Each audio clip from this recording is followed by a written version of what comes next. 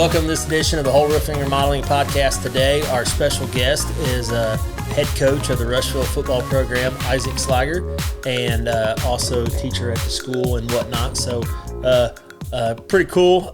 We did a podcast with his wife probably about a year and a half ago. So this will be the first couple that's been on the podcast. So, we're setting records every day. So, but take a minute to introduce your family and kind of, what your role is at the school and why you chose to come back and do what you're doing, sir. I'll actually even kind of go off that a little bit. First couple that also is taught the Dave Ramsey classes. Oh, so awesome. Background beforehand was business teacher and did all that stuff too. But again, my name is Isaac Sliger. Head football coach over here at the high school, also in the physical education department, and then assistant athletic director as well with the middle school and the high school. My wife is Kristen. We've been married now a little over a year and a half. And then we just had our first son, Luke, last Christmas. And he's awesome. About 7 months old now, a little over 7 months. And we're kind of heading into the venture now of our first full season as a family of three. And it's pretty exciting. I was given the opportunity to come back in January of 2021 to take on the head coaching role. And, it's a situation for me where I graduated from here in 2013. I had an opportunity to go on and play up at Anderson University for a little bit, and then I got to come back here as an assistant under Scott McMurray. And he is somebody that I've always kind of looked to as one of my main mentors in the coaching realm, just because the amount of responsibilities that he put on me at an early age. There's a lot of guys that don't get those opportunities, and I think that's what's gotten me to be where we are today. But was an assistant here for 3 years under him, left for a little bit, went over to Shelbyville for a period of time, then was teaching over at East Central for a period of time as well. And then ultimately we're heading into our fourth season here this fall and ready to get things rolling here in a few weeks. Nice. What did you play under Scott when you were? I did not. So Okay. I played under Chris Mikowski, who's now actually up at Peru High School, and he had a great season here with his first year up there. And then my senior year, Rocky Osball kind of came back for that I think it was a 2-year stint. Okay. And then that's when Scott came back. Okay. Yeah.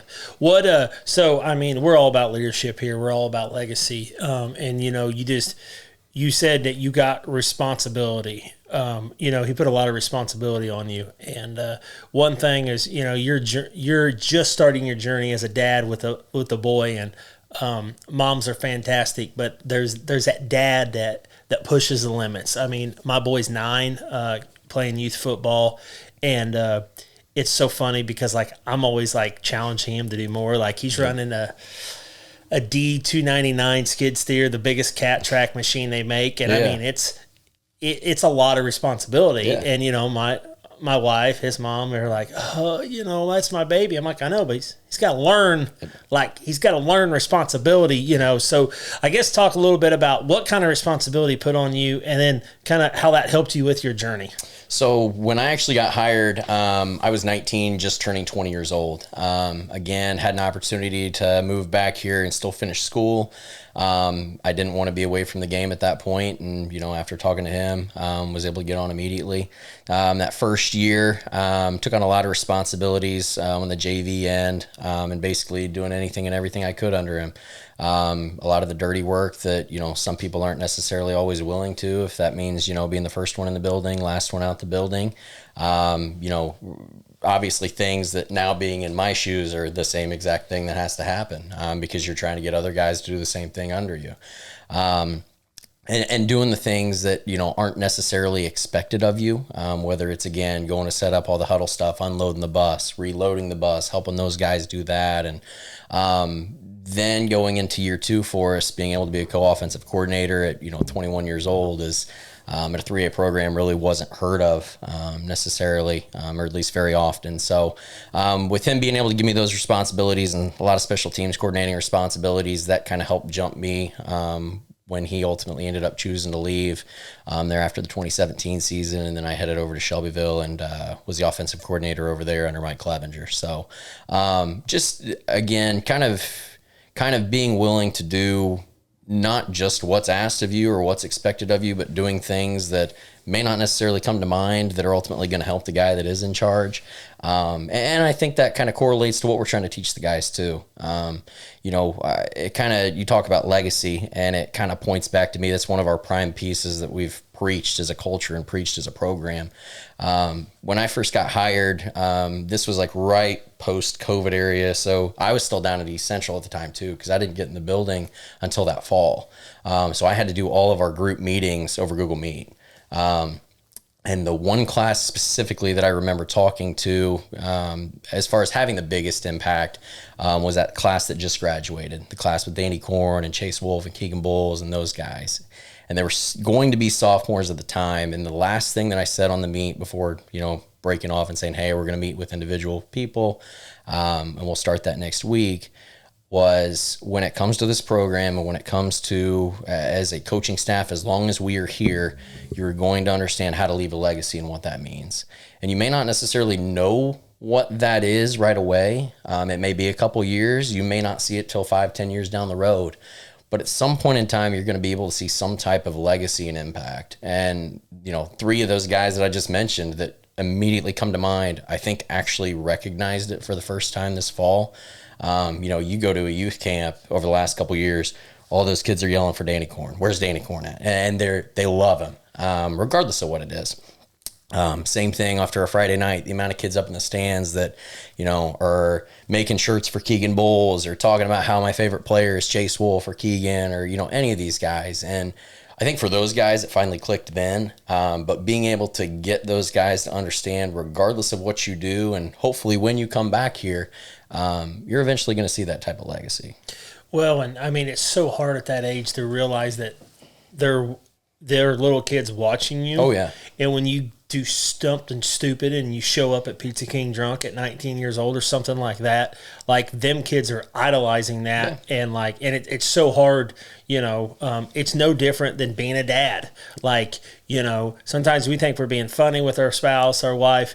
And it's like, the first time that I heard my son say exactly what I've said to my wife, I'm like, you shithead, you can't say that. And then I look at myself like, wait a second. Yeah. I can't say that, but that is just a legacy thing. And it goes like one thing that I say around here, I want to build this business to give opportunity to people. And, I want, some of my sales reps, literally as we record this, 2 of my sales reps, one's wife's getting induced, within the next couple hours. One's wife's going to have a baby any day. Wow. Another one just had a baby a couple months ago. So I want their kids, their grandkids that probably never know my name. I want to make sure that I'm impactful, on their life, and they don't even know that they're technically part of my legacy, and even this simple podcast, you would be surprised the amount of people that will reach out to you and walk up and was like, I heard you say that. Or whatever it is. And I have a mission in life. I feel like right now we're really bad about complaining. And I've noticed this is just all the time, but we always bitch about these kids these days. 10 years ago, they were doing the same thing. It's like, okay, what are you doing about, are you pouring into them? Are you coaching them? Are you volunteering? Right. And to me, I know one that used to play with you, Brody Terrell. Yeah. I've poured into that kid for years. He's went through some stuff in the last year or so. And he reached out to me one night, and I was working on our new house with my electrician. And he goes, he trusts you enough he called you? I'm like, yeah, 9:30 at night. He did. And I just, but I've also the one that I've set him straight. The Dave Ramsey financial stuff. He called me, he said, hey, I got somebody that'll co-sign for me. Will you sell your old truck? I know you're getting Emily's new truck. You're going to be driving her truck. And I said, no. I said, absolutely not. I said, I know you could go borrow money or you go buy another truck and borrow money, but I said, I can't consciously preach legacy and Dave Ramsey and financial peace and sell you a truck that I know you're going to the bank. Yeah. I said, go buy a truck you can pay cash with. Yeah. The other day, he pulled up in a truck to help me on a little project. He goes, hey, I bought that last night. And, it's 10 years older than the one that I drive. But I'm like, bro, who cares what you drive? I said, I promise you, I get it. You're 17 years old. You think that matters. But I was like, in 10 years, you won't, you won't care, So, no, that's what, and it's so funny, like, just listen to you talk, like, the responsibility of them people, the coaches, the mentors, like, put on you. Like, I seen a quote one time that said, boys will turn into men when you put more responsibility on their shoulders. And I'm seeing it, I'm seeing it with my kids. I mean, I'm sure you see it with kids. Like, this may sound bad. When I coached youth football years ago, like, I can almost point out right then, I'm like, yep, that one's going to make it. That one's going to struggle. Just as 10, 11-year-old of kids out there. Well, and, kind of piggybacking off some of that too, like, obviously, I'm in a situation now where I'm a new dad. Right. But it's something that, for our staff, and I'm extremely appreciative of our staff and their spouses and their families, because not a lot of people understand the amount of time that really goes on behind the scenes, let alone in season, but especially once you dive into the off season too, whether it's going to clinics or whether it's, doing the youth clinics that we have with the coaching staffs and the kids with the camps. But, one thing that I've really tried showing our guys, not only kids, but staff members, when we got started with it, we've got a relatively younger staff and a staff that has a lot of young families. And I know one in particular came up to me at one point and was asked, hey, my daughter's got a game this weekend, whatever. And I cut them off. I said, it's no question. Like, I'm never going to ask you to miss anything when it comes to your kids. I don't have kids yet at that point in time. Right. I said, but I know there's going to come a day where I do, and I know that's going to be a situation where, number one, I want to be there for them. Number two, my kid's going to want to make sure that they see me there. And it's the same exact thing, that type of impact that they're able to then see from a support system. And you do see it from a wide variety, of kids that may or may not have that. Again, funny, talk about the impact piece. Once you kind of get into the fall, every fall, as soon as school starts, there's a kid that lives across from the high school who he plays youth football, and he's always out there in the evenings or he's out there in the mornings. And as soon as I pull into work for the morning or as soon as I'm pulling out, he's out there. Hey, Coach Sliger. Hey, buddy. Right. And that's a kid that's, first and second grade right now. Right. But knows who I am, knows who our kids are. Yep. And it's something that may not necessarily come to mind for us at any point in time, or any of our coaches or any of our kids. But if they're able to see that and model that, well, anybody's watching you at any point in time. So how, again, is that going to be correlated for you to others, and for others then to be able to build off of that for you? Well, and I mean, like that kid he watches you pick up a piece of trash that you do out of habit, you do out of respect. Like, you just never know, like, the impact that's going to have. Because, like, I even think about it now as being a leader, running a company of, like, holy cow. Like, I just look back at good and bad bosses. I mean, there really was no bad boss. There's good bosses and bosses that maybe taught you something. Yes. Like, I had one that he didn't trust anybody. Yeah. And, like, I just couldn't work there. Yeah. And when I quit, they're like, what? I'm like, he just doesn't trust anybody. Yeah. Like, literally, like, well, send me a picture that you're on the job site. And I'm like, geez, my peas, I've clocked in. Like, there's got to be enough trust here. But, you going back to being at sporting events and stuff, like, my dad raised me as a single dad. He never missed a football game. He never missed a basketball game. When I was coaching youth football, he would show up at every game to support me as a coach. I was an adult at that time. Yeah. And I look over and, there's my dad, and there's a close family friend that used to play football. And he told me, he's like, you don't know how lucky he is that your dad was at every game. And I remember one game he missed of my brother's. I was an 8th grader. My older brother, Kurt, was a freshman. And they had a away game that my brother told my dad it was at home because my brother got it mixed up. Yeah. And my dad showed up at Rushville at 6:30 for the game and realized it was away, and he couldn't make it. And my dad was so upset because that was the one game that he had missed. Yeah.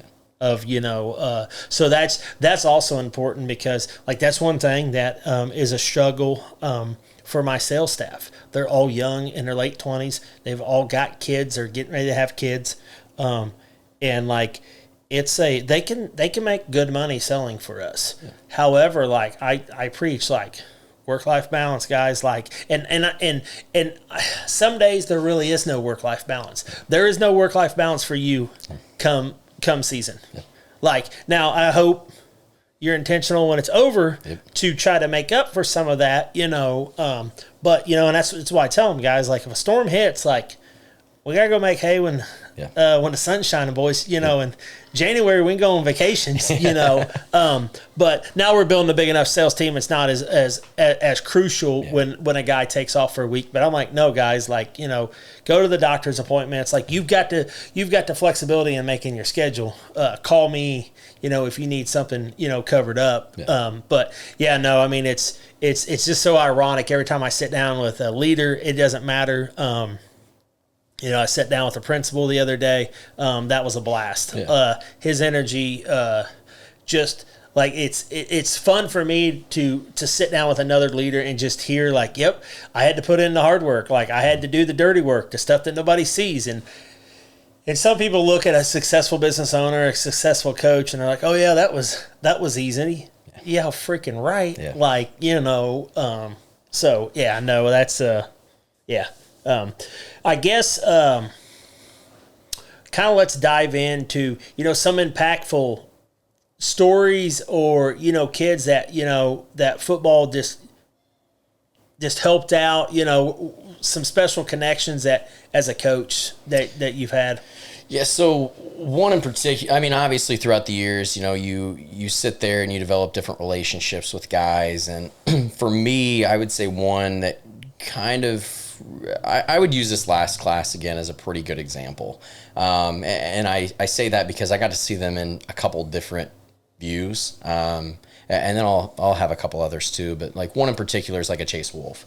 You know, he's somebody that when I came back here as an assistant, he was a freshman that year, and I was, you know, one of his receivers coach. So you have that, you know, individual bond per se, and you know, he's somebody that I feel like over the last few years in particular that, you know, I would say from a coaching standpoint, in addition to a father figure, like you feel that way with a lot of your kids because, again, like for the amount of time that you spend with them, whether it's in school or in practice or in the off season, you're around them more than they're at home a lot of times.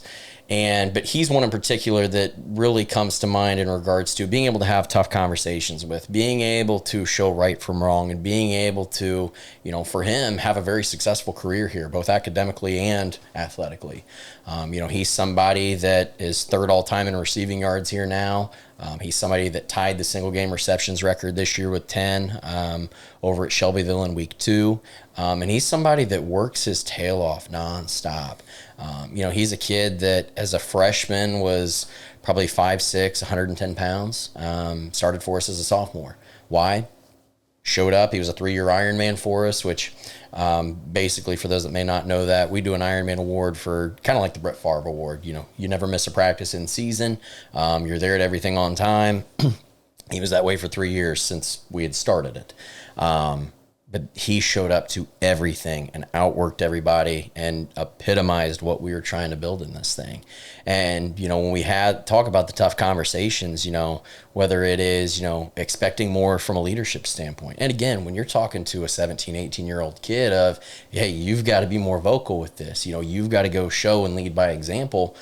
Not a lot of them know and understand that or can necessarily do that in the right way. Or I shouldn't say right way, but the way that it feels right to them. Correct. And, you know, he's one that he wasn't always necessarily the most vocal guy, but he's going to show you how to. He's going to lead by example. And that was one thing that I felt like for him, he really molded into this year a lot more of, you know, he had a young receiver room outside of him as far as being able to mentor guys. And somebody that ultimately just, I felt like compared to me a lot of ways in regards to, you know, how he looked at the game, how he acted off of the field, how he kind of led by example, and was just always willing to do the dirty work that not a lot of people, again, understand and not a lot of people see, but he was going to outwork you, and that's why he got in the position that he was. Right. Somebody else that, obviously from a quarterback standpoint, you always have a unique relationship with those guys.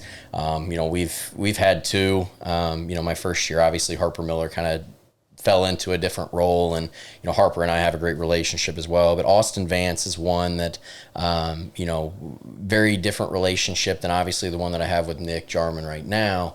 And again, that's just from a personality standpoint. Austin, though, is somebody that when we kind of went into all of this, our first year, got hurt year one, was out for the year, had to go through a very, very tasking offseason where really just needed to get healthy again, build confidence back in himself, and get reacclimated to a game that he'd been away from for a while.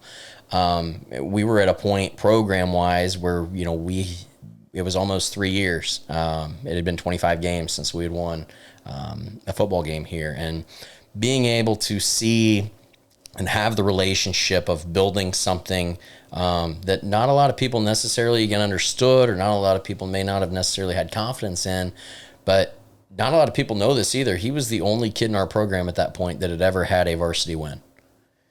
1 out of 52 kids. And the task that gets put on you to show guys, hey, we've got to kind of do this when nobody really knows how to. And just the behind the scenes work and the toughness that it really inquired him to have to come back from that is again another relationship that I think stands. And there's a picture that Mark Mendoza, who used to be the dean of students here, he sent it to me afterwards. And after that Milan game 2 years ago when we had won and kind of broke that unfortunate streak, there's at a point where he drops his helmet, and it's a video recording actually, drops it and just runs over, and there's a hug between the two of us that kind of gets snapped, and it's like that kind of epitomized in that moment a lot of emotions that had kind of been built up in that relationship over the last couple of years, and now we're able to kind of get something going with this program. And then Nick, obviously, Nick's entering his second full year as a starter now for us.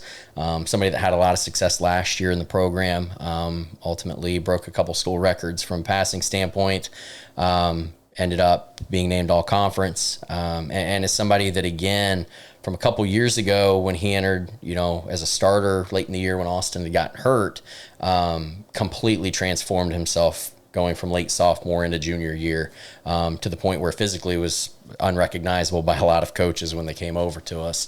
And, again, somebody that from a personality standpoint, very different from Austin.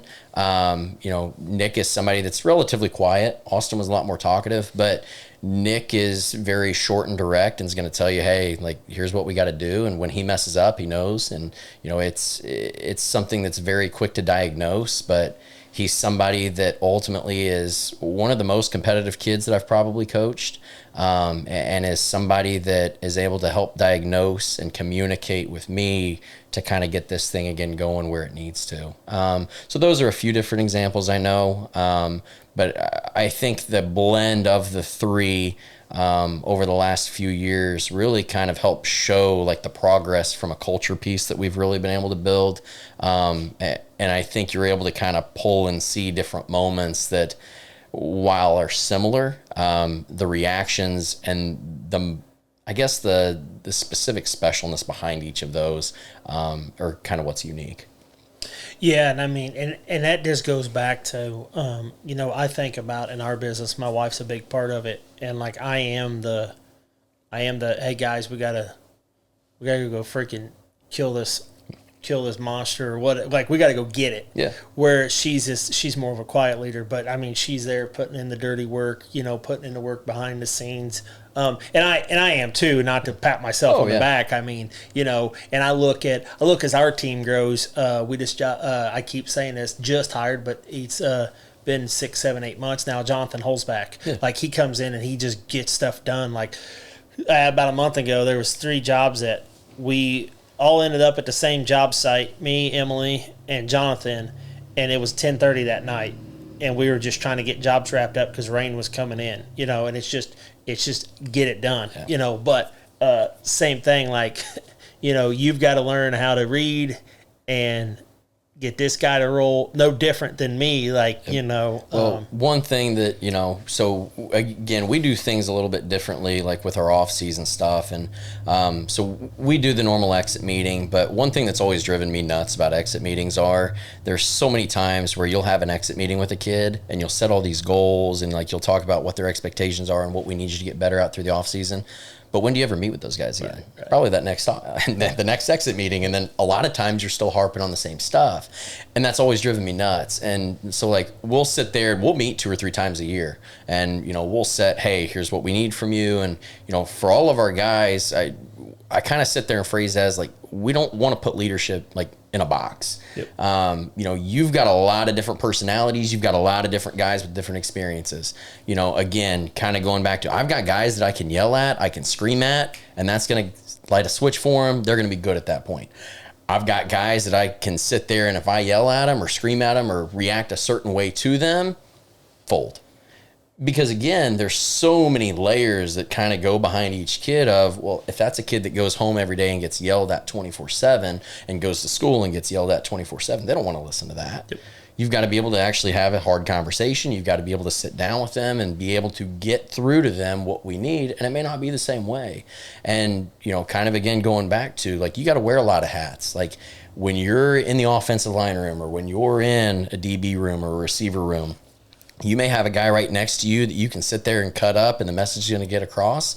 And you may have a guy that you just have to lead and show the right way. And being able to balance that as a leader is, again, at that age in particular, is extremely difficult. Right. But it's something that as they go through what we do and they're able to move on into the real world and do whatever they choose to, that's going to be something they're able to take and get them hopefully in a situation where they can get promoted and go advance themselves. Well, and I mean, and you know, you have a unique challenge there, but you have such an awesome responsibility just because, you know, they're going to, as a teacher, as a coach, like, I mean, Mr. Warren was such a huge part of my life, my personal development, my whatever, like, you know, and I remember that one really hard conversation that we had, and I probably hated his freaking guts after we had it. Now I look back like, holy cow, you know, and I mean, and like you said, with teenage boys, like, you know, they've got one thing on their mind, and it's not football, unfortunately. So, you know, I just want to ask you, no, I'm just being funny. So, you know, you say that about how people respond. And, you know, like my dad was a yeller growing up. So, like, I catch myself yelling at my kids, trying to get a response. You know, I came from a totally different family from my wife. Like, I had to communicate everything with my dad. She communicated nothing with her parents. And, you know, and then it's like, then it collides. It's like, you know, I need to have a more gentle approach when I'm talking, and she needs to have an approach to communicate. Or I need to have a gentle approach when I'm communicating. She needs to have an approach, you know, to communicate. And it's, for me, sometimes I laugh because I feel like I do a halfway decent job with the guys, and then I go home and I'm like, all right, I just failed freaking miserably with my wife, the most important relationship that we have here, you know. It's I know exactly what you're saying. And that's welcome to marriage and starting a family, and everything you're saying, I completely understand. Glad your wife can't phone in right now. She'll hear about it later. I'll get a call whenever she sees it. So no, but you know, and that's so important though, you know, as leaders, you and me, like how we lead our family. That is way more important because the kids are watching that. They are paying attention to that, you know, because unfortunately, I don't even know what the statistic is, but I wonder what the statistic is of the boys that you're coaching, the young men that you're coaching. Like, how many of them come from a family where their mom and dad are still together? I don't know that, but I would be interested to know that too. And again, I think even piggying off of that, like the ones that, you know, obviously have a support system in place versus, you know, from a coach. And again, even talking about that coaching piece, like there's obviously a relationship, you know, from the head coach standpoint, but it's even such a different relationship from an assistant coach standpoint or a position coach. Like there's so many added layers with that from a structure piece that, and not just a football thing. There's other sports that obviously provide that too, but I do think football gives a few other things that others don't necessarily. But that is a stat I would be interested to know though. Well, and I mean, one thing that I've learned as a business owner is like, I'm almost to the point where I want to hire somebody that's had some problems, that's had some diversity. I was just on a call, me and Emily meet with a mentor once a week, and we just had to call this earlier. And, it talks about overcoming the challenges, putting into dirty work. Like, this may sound dumb, but back in the day when I was a kid, my dad would try to buy crap out of the farm world all the time. That was before Craigslist and before Facebook. And he would always make me and my brother call and ask like 20 questions about the cattle that we were trying to buy or the tractor or the truck. And like, then if we forgot, like, he's like, so how good were the tires on the truck? So we'd have to call back. Yeah. But looking back, now I'm like, holy cow, like, and I mean, you're probably seeing it, but like, whenever me and Emily go in to speak to the financial literacy classes, find out foundations of personal finance, I always kind of give a pep talk to these kids. I'm like, hey, when you go get a job, like, show up early, actually work, put your phone down. And I'm like, if you guys would put your phone down and quit looking down and look people in the eyes, like, these phones it's a beautiful piece of technology, but it's ruining it changes things everything. too. It changes everything from a relationship standpoint to, again, just what you do in your spare time. Everybody's glued to them. And it's unfortunate. And it's like, from our standpoint, what we've kind of, noticed, the amount of kids in today's age that don't watch sports. Like, growing up, that's all I watched. Right. And again, my mom would kick me off and say, hey, go outside. And what would we do? We'd go outside and play. Right. And again, I feel old saying that, but it's true. And, early on, especially, one of our bigger things that we kind of felt like we had to overcome was just a football IQ standpoint of knowing situational awareness, knowing situational football. And we finally got to a point where we just asked our guys, hey, how many of you guys actually sit down and watch football? You'd have a couple guys raise their hand, but the majority in the room didn't. And that, again, wasn't just a football thing. A lot of them don't watch sports in general. So we actually put it on our kids, started, hey, you guys have to go watch a football. I don't care what it is. If you want to go watch the Colts, go watch the Colts. If you want to go watch a college game this weekend, go watch a college game this weekend. But you're going to come in Monday, you're going to tell me what that game is, and one thing about it that stood out. Well, for us at the time, especially, we were kind of more the run and gun, up tempo, and you could go watch Tennessee and see exactly, because we took our coaching staff down there. You could go on and put on Auburn or Ohio State or Notre Dame, and you could see glimpses of what we do in today's age. And even seeing that, the amount of kids that would come in, oh yeah, I watched the Tennessee Ball State game, the other night after we left the volleyball game, and, they ran Cincinnati, which, one of our passing concepts, or they ran New York, or they ran this. Like, yes, they did. And just being able to see that start to click, and then it kind of turned into everybody would sit there and talk about it, and they'd start to actually go watch games together. And that was, from our standpoint, number one, got them kind of away from the phone a little bit more. Yep. And then two, it helped us in turn, and, something that really doesn't happen anymore, unfortunately. Right. Yeah. And I mean, it's funny that I think we were talking about this off air, but my son played flag football for 2 years, and then he didn't play for 2 years, and he's back playing this year. And it's funny because that kid watches sports left and right. Yeah. I'm an Ohio State fan, and he watched Alabama beat up on Ohio State a couple years ago in the Natty, and I was pissed. So a little click went off on his head, like, I'm going to be a Bama fan. I think just to aggravate my dad. Yeah. So like, he's a Bama fan. Actually took him to the UT Bama game. Okay. And I was like, and he was heartbroken that Bama got beat, but I'm like, bro. And the Tennessee fans were phenomenal. Yeah. And the guys that were behind us were like, hey, buddy, you don't realize this now, but your dad's pretty badass for bringing you to this game. Yeah. And I had bought the tickets like 2 months before. Really? So before that, they really knew it was going to be the game that it was. I just hope one day he watches that game like, oh, it was nuts. holy cow, like I was there. Yeah. Like, you know, me and a good friend of mine, Dylan, we took him. And like that's a memory that we'll always have, you know. And then, you know, I mean, he's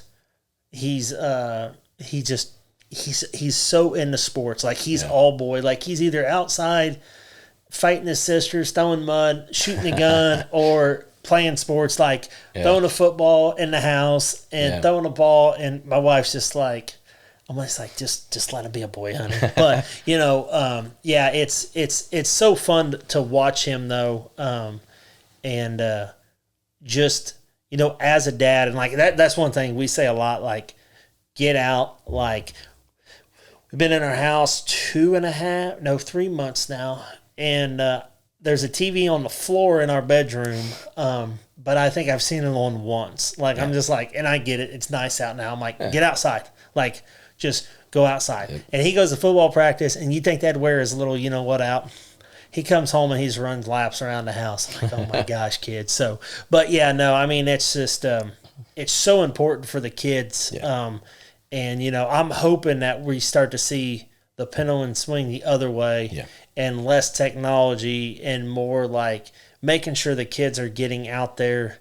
And, you know, and like you said, like at least if they're watching football or something, like that's educational, you know. And I mean, that's crazy to hear because like, I remember watching, I mean, my dad got hurt in high school, so he helped coach. Mm-hmm. So, like, my dad was just like, hey, he was a dad that always wanted to coach anyways. Or, you know, he was always coaching just in life, not like on the football field. Yeah. But, like, he would make us watch NFL games and be like, okay, do you see why, you know, the bus is, you know, rolling over people? Yeah, he's 400 pounds, Dad. But, you know, like, but, like, he literally would point out, like, solid NFL quarterbacks, like, look how that guy's acting. Look how that defensive guy's, you know, hitting.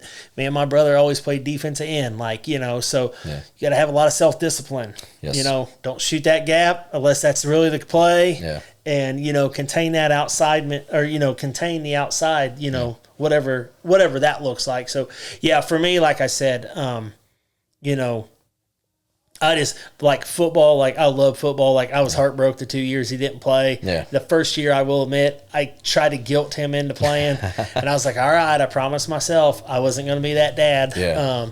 And then this year he picked out my number, my third grade number. So that was kind of cool when he got that number. Just, you know, just as a dad, because as a parent, like you just want the best for your kids, you know, and you just want to love them and give them the opportunity, you know. And for me, like, I want to set them up for success. Yeah. And they make them do the dirty work, make them put in the hard work, just because I know, like, that's what made me, you know, who I was. So what position did you play? So I played tight end receiver, and then defensively I was an inside linebacker, and then up at Anderson, when I was up there for 2 years, I was a slot receiver up there. Okay. So as head coach, are you just head coach, or do you do any of the coordinating? So I do coordinating, offensively. I call the offense, and then I split a few roles up with everything. You know, Brady Cavney's our quarterback's coach. He played with me when we were up at Anderson together. Went to Batesville High School, had most of the Batesville passing records up until I think here recently. He's our quarterback's coach and passing game coordinator, actually another Ohio State guy. So, and then Matt Colvin's back on staff with us. He's our run game coordinator and offensive line coach. And then Drew Metzger is our running backs coach, and then he also does all the JV for us. And then this year, Doug Tompkins is going to take over the defensive coordinator position, and then I'm going to help him kind of navigate with that. And then he's also doing safeties for us. Jake Neal's doing corners, and then Preston Bowling's doing defensive line. So I still have position groups that I still go through. So I coach our inside linebacker group, and then I also coach our running back tight end group as well with what we're doing. Years past, I did receivers just because, again, with what we were doing, felt like that was one of our most intentional groups that we needed focus with, and just with what we were doing at the time. And now with that kind of changing a little bit moving forward, that's why we've kind of made those changes. But no, it's something for me that, with what we've been able to do, I try to do what I can to put guys in positions to not only be successful on their end, but I know that there's guys that may or may not have aspirations of someday being a head coach. Some may want to go on and try to be a coordinator somewhere, and I've had some assistants that have had that opportunity to go advance themselves. I guess my philosophy behind it is trying to do what I can to put them in a position where they can take on the hard work and they can advance themselves how they so choose. Because at the end of the day, I want them to have those same opportunities that I was given. I again was given a lot, like what I said in an early age, and I worked for it, and I did what I could to put myself in that position. And there were sacrifices made for that. And again, not a lot of people understand that. Like, one of my biggest goals was making sure that I became a head coach by the time I was 30. I knew that in order to do that, number one, I had to have a supportive family structure in place. And that meant kind of putting that on the back burner for a period of time until thankfully I was able to find my wife. And I was fortunate to be able to kind of accelerate that goal and getting it by the time I was 25 years old. But being able to provide that for our staff, I think, again, is something that I've always philosophically been appreciative of, because that's what the guys that I was around that afforded me that opportunity. I just want to be able to give that back to them. And again, everybody has different goals with that. Some people do it because they enjoy being around the game and they want to be here.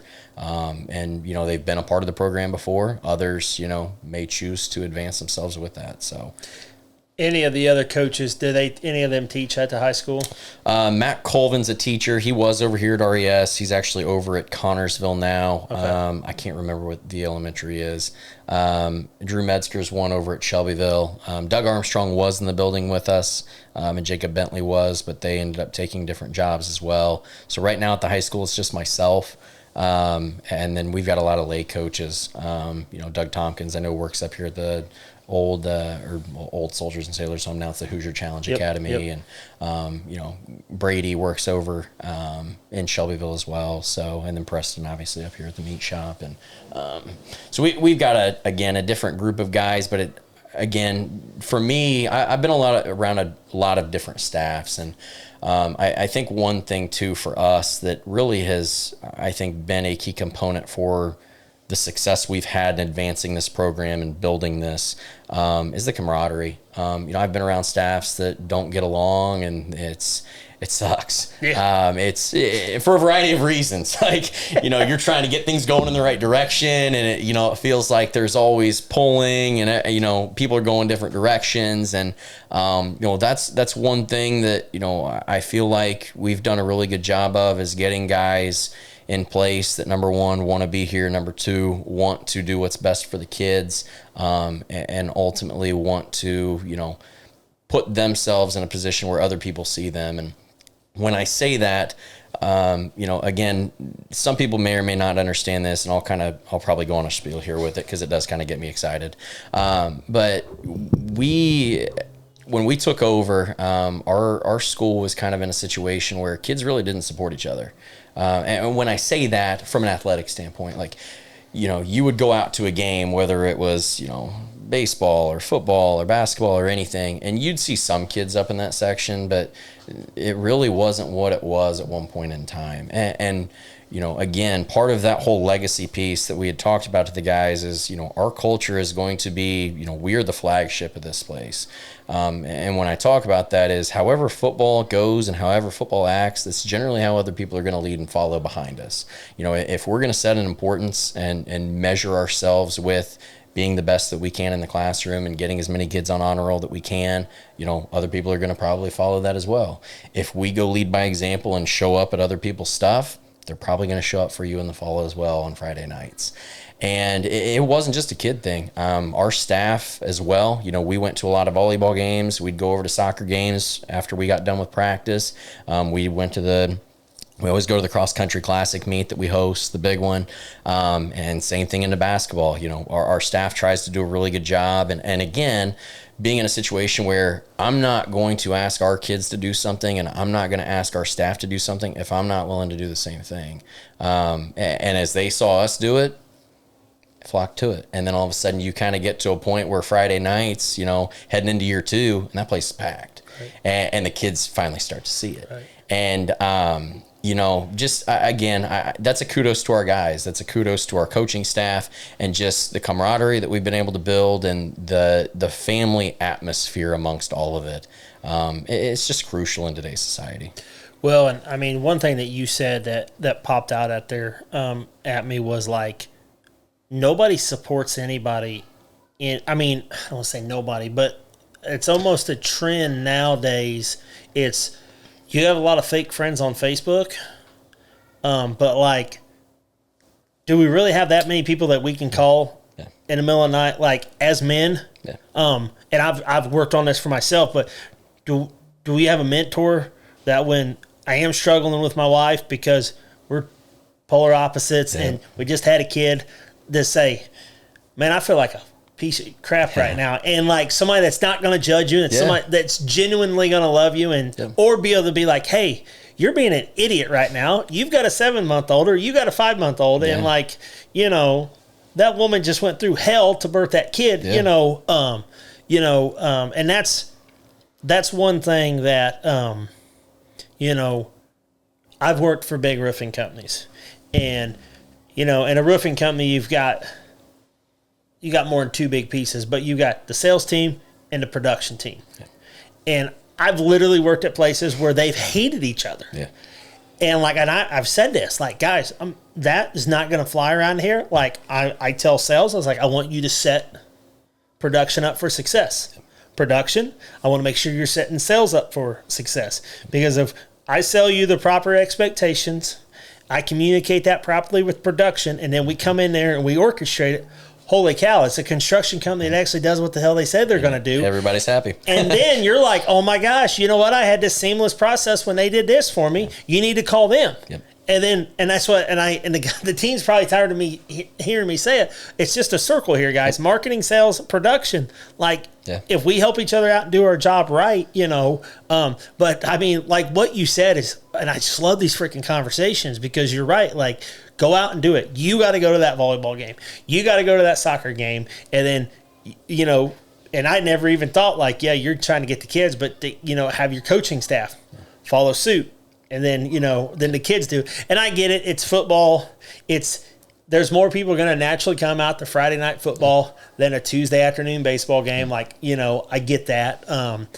Football's a more popular sport, in my opinion. Yes, basketball's pretty crazy here in Indiana sometimes too, and that kind of stuff. But I mean, that's a kudos to your leadership, that, you even say that, because like one thing that I love about our current sales team is like they are so supportive of each other. Now they're complete trash talkers and just want to whip the other one's bad, which that's what I need as a business owner. But like genuinely, like they are, they're at the diaper party for the team or for whoever, and I mean it really shows.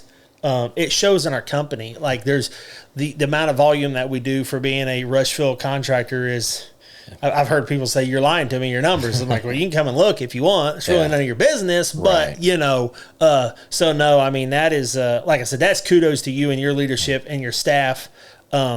Because, most of your staff that I hear is Preston. How old's Preston? Preston's, I'm 29 now, so he's probably around 25. Okay, I coached him. Yeah, that's funny. Like when you said that, I was like, and I feel Paul is his dad, right? Yep.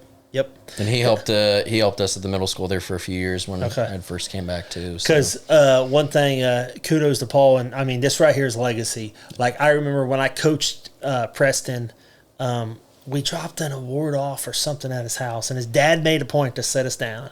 And it was like, he told us, he shared a story about, I believe, about being sober and how many years he had been sober.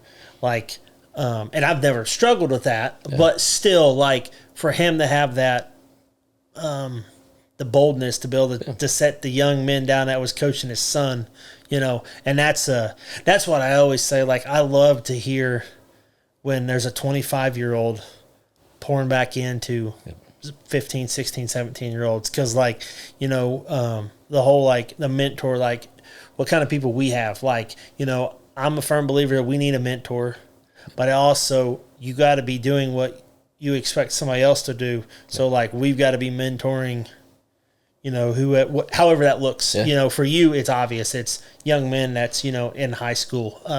You know, for me, right now, it's young men that work for me. But I mentor the hell out of Brody, and he helps me some, but he's not like a everyday team member, you know, and just, you know, to give that opportunity.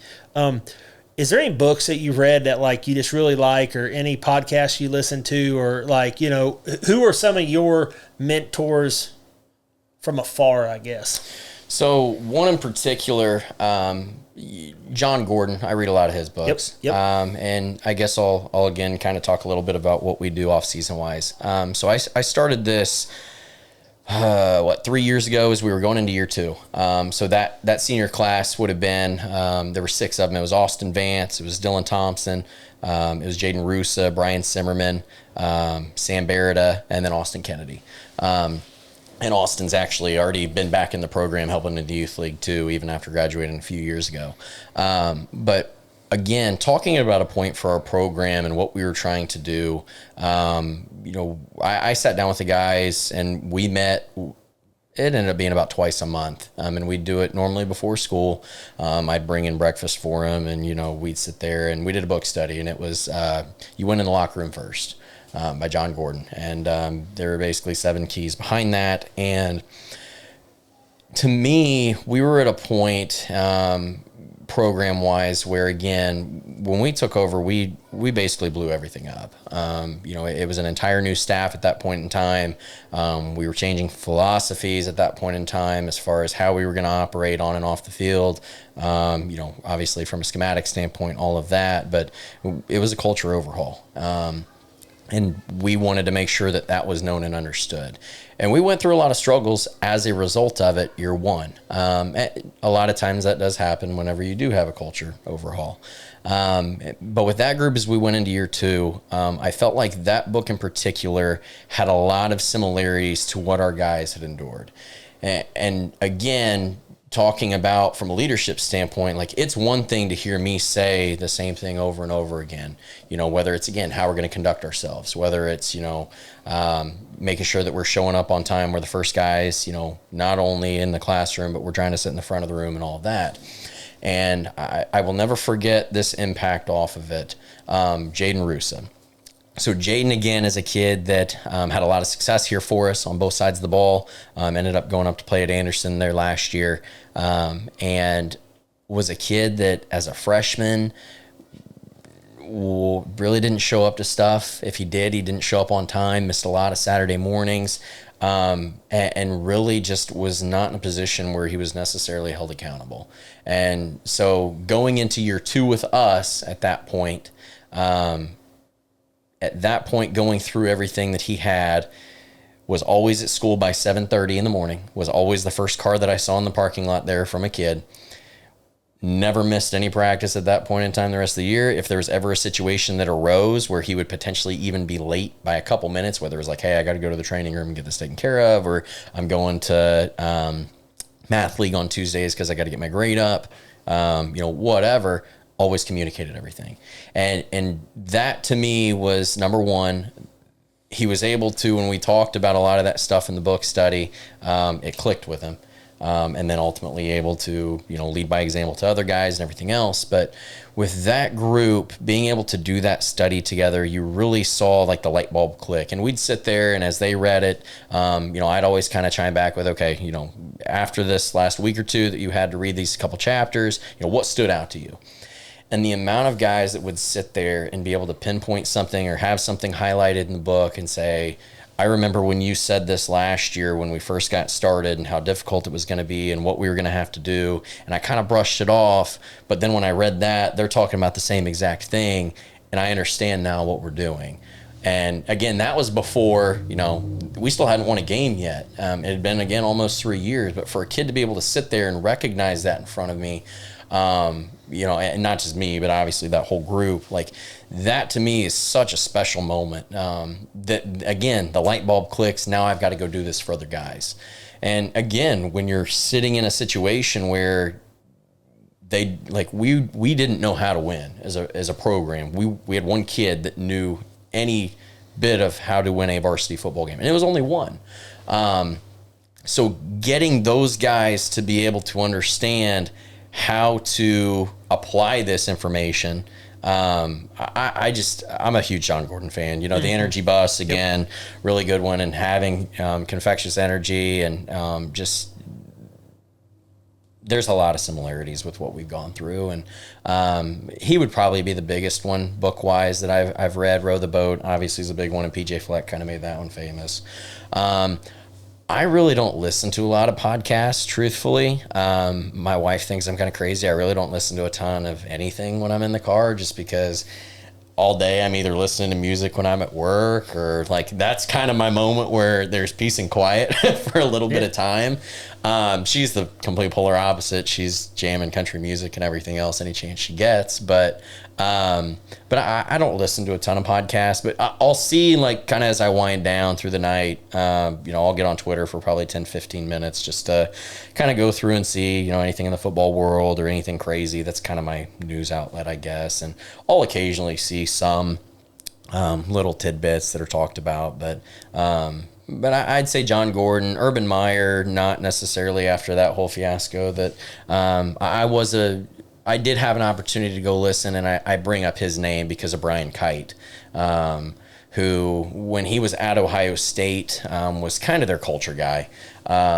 Brought him in, and I actually had a chance to listen to him probably 3 years ago over at Cincinnati at the Glazier Clinic. And again, the process just behind everything, and when people sit there and hear culture this and culture that, again, it's something that I feel like has always been kind of a loose term, and again, I'm a major advocate when it comes to that. But when I say that, I feel like it gets thrown around and people don't fully understand the process that actually has to unfold for all of this. It's a day by day, minute by minute action, and if you're not willing to buy in and accept that wholeheartedly, you're not going to get it in the right direction. And just being able to listen to him kind of unfold everything, I thought was, again, very unique. It was around the time when Ohio State kind of had their big run and kind of got them over the hump. Once Urban had kind of came back with that. And I would say those two, though, are major components that we've used with our guys. So I heard Nick Saban at Entree Leadership, a Dave Ramsey event, and he goes back, the respect that he has for his wife. Yeah. And, that's something else that I don't feel like we talk enough about or push enough, but these highly successful people, they've been married once. Yeah. And they've been married 40, 50, 60 years. We want overnight success at our age. Yep. Everybody wants to be rich by 25. Yep. You wanted to be you want to be a head coach by 30. I had a goal to be a millionaire by the time I was 40. Yeah. As soon as, we got to be willing to put in the work, whatever that is, financially, coaching, professional, whatever. Yeah. But B, we really got to be willing to do the dirty work and to do it right. And the two things that stick out from the Nick Saban talk, because that was at least a year and a half ago, if not 2.5 years ago, when I heard him talk, was just the respect. Yeah. And just the way he talked of his wife. Yeah. Also, I just totally lost it. I think kind of pigging off of that, though, you talk about those guys, and it's the support system, and it's that structure. Absolutely. And, there's so many people that, that I've been around, just whether they're assistants or whether they're head coaches, you hear horror stories, just, and not from a necessarily family structure, just a support structure Yes. in itself. A support structure can be, mom and dad, like what you were talking about, if you're not married, or it can be a spouse figure or a family figure. And it goes back to anyone that is in a leadership position, like the amount of work that goes in behind the scenes, not everyone understands. Right. And they're never going to understand unless they actually sit there and go through, because it can be a very, very lonely world when you're at that. Because again, like, there's so many different unique relationships the higher that you end up on this. And it goes back to, again, like the relationships that I had with players as an assistant coach are so different from as a head coach. Some of that overlaps, but the closeness and the uniqueness behind that it varies so much because you're in more of a CEO type of role more often than into the nitty gritty part. But no one understands that part but the person that you go home to at the end of the day, or the kids that you go home to at the end of the day. And at the end of the day, the part that, again, being able to separate the two, and this, again, I think is a crucial piece. I think the ones that are most successful understand when to put the boundary up and say, hey, I'm home now. I'm going to spend time with this. I'm not going to be on my phone with that. I'm going to spend time with my kids for this, even if it's only 30 minutes. Right. And some nights it may be less than that, like what you were saying. But I think that part in particular it's so critical, and people don't understand. Well, and it finally came back to me. Nick Saban talked a lot about working at the service station for his dad when he was a kid. And like when he didn't do something right, his dad made him do it again. Yeah. Like, holy cow, that's so anti-culture right now, And another thing that, you talk about your support system, your spouse or whatever, is Nick Saban tells a story that he, several years back, 5-10 years ago, he pulled up to a service station, and his Miss Terry is his wife. Her boyfriend, before she started dating Nick, was like running the service station. He goes, well, looky there, honey. If you would have married him, you'd have owned a service station. And she goes, no, if I'd have married him, he'd be the head football coach at Alabama. And there truly is so much truth to that support system, and to be an encouragement to loving that person. Like, you guys are in a crazy season right now with her becoming a stay-at-home mom. I'm so happy for her. I'm so happy for you guys, but I'm so sad for the school system. And I've told her that in a text message, because like she is one of them teachers, and you are too, from just talking to you here this little bit, that like you're not mailing it in. Like, you're there for the right reason. You're there to pour into them kids and love them kids. Even if you say the same thing over 100 times every week, it's so funny because I feel like I have to do that to sometimes myself for the team, but like it's a season that you're in, and one thing I want to encourage is like enjoy it. Like it's I look now, ours are 5, 7, and 9, and it's so nice because they're old enough to go to grandma's for like 3, 4, 5 days. And like they're excited to go to grandma's. Like my mother-in-law stopped by the other day at the house just because she was driving by, and I was like, Grandma, are you taking the kids home? She's like, sure. And they ran in the house and grabbed their stuff. We worked on the freaking house, working on finishing this house we're trying to get done. And that kind of stuff. But still, it's that season that we're in, and we're the type of people that we're always busy. There's always something going on. So, one thing I can encourage you is like enjoy, be intentional with the family. Like when I worked for Dave Ramsey, he said, when you're at work, be at work. When you're at home, be at home. And like some nights it is only 30 minutes, but if it's a true 30 minutes, I seen a video or a reel or something, on Facebook, and it just said there's too many dads out there, and this kind of hit me right between the eyes of like, you got to be present. You just can't provide. You just can't go do your hobby. Like you love football. Like that's awesome. But like you got to make sure that you're just not checked out when you're around your spouse or when you're around the kids, just because like they deserve a dad that is physically and mentally there. And that's good that you drive in silence. That's how you that's how you decompress. You know, I'm listening to podcasts. I'm listening to books. I'm listening to radio. My wife's more like you, where she's just like, she doesn't listen to anything. And I'm like, why don't you listen to this podcast? She's like, and I'm like, no, you really need to listen to this podcast. And she's gotten better at like kind of when being intentional about listening to some of that stuff, you know. But no, I mean, I was just curious on, you know, because John Gordon, right? Yeah. I've listened to more of his stuff, and I've read or listened to a couple of his books here more recently. I must be following him on Facebook now, or they're sending me more of his crap to be in my face. I was gonna say I'm on the email thread. There's about 1 or 2 every day. Yeah. So I mean, that's you know, that's so important. It's so awesome that you're investing in the guys, you know, like that, because that is something that they can take with them. Like Mr. Orm, back to Mr. Orm, and he's retired, and the little son of a gun's going to be in this chair sooner than later. I texted him the other day, and he goes, yeah, how about January? And I was like, all right, January. And I made a date up. I looked at the time, and he's like, oh, I think I'm busy that day. I was like, you turd. But he gave these, when we graduated, and I get it, like I would not want to be a coach or a teacher because you'd get a million graduation invites. And he gave this Zig Ziglar quote book away.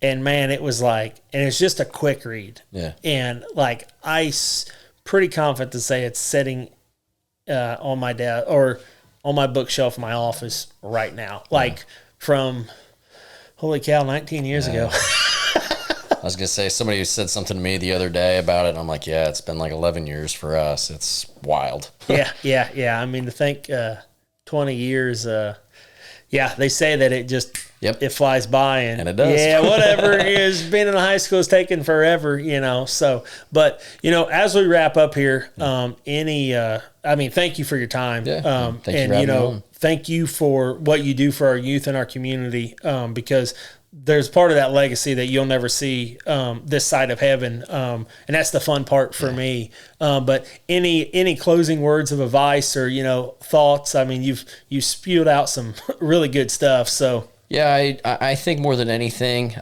first off, again, I appreciate you having me on. I think more than anything, when it comes to this, and you know, when it comes to the impact part, I think that the community itself is something that I've really tried to make sure our guys understand and are appreciative about, because, you know, I've been at places where it's not the same.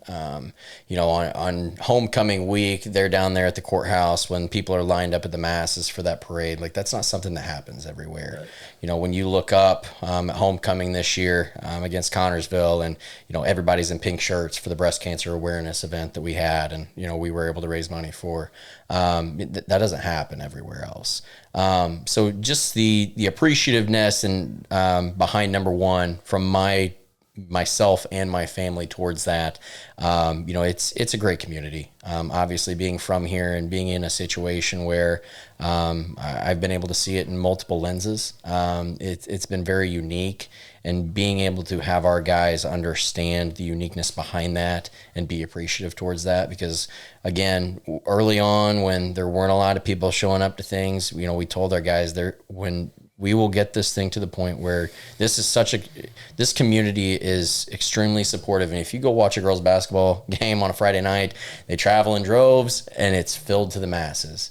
And, you know, it happened, you know, and that goes back to, again, not only the work that our guys have done, not only the work that, you know, our staff and everyone else, but it goes back to the uniqueness of this community, and the willingness to support not only our student athletes, not only just citizens in general, but just the community itself and what we're willing to do for each other. And I just think that's unique and special. Yeah, I mean, that's why we built this business here. Yeah.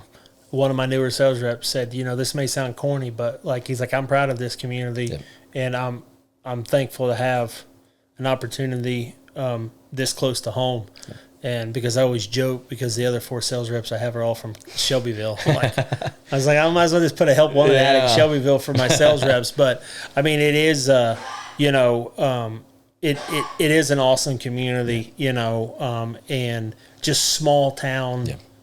Indiana, like, some people just don't get that. You know, when we were down in Tennessee and I was working for Dave Ramsey, we had gotten pretty close to some of our neighbors, and like they were heartbroken that we were leaving, and I was heartbroken because they were phenomenal people. Yeah.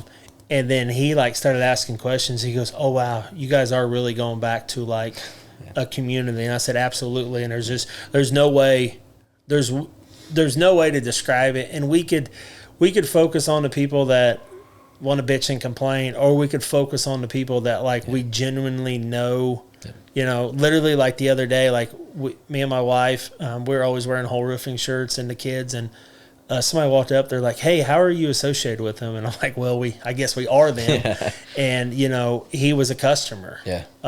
We're setting up at the fair booths and stuff, and I've been over at Connersville for a couple nights at the fair, and like the people that come up, "Oh, thank you. Yeah. Thank you for supporting this," or "Thank you, you did this for my aunt," or whatever that looks like, you know.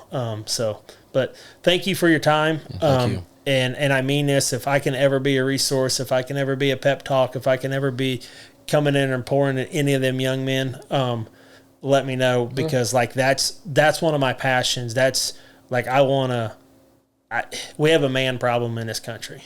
And if more men would step up, love their spouse, love their kids, like a lot of these problems would go away. So it's a big responsibility for us. So thank you for what you do for our community. Thank you. And thank you for tuning in this edition of the Whole Roofing and Modeling Podcast.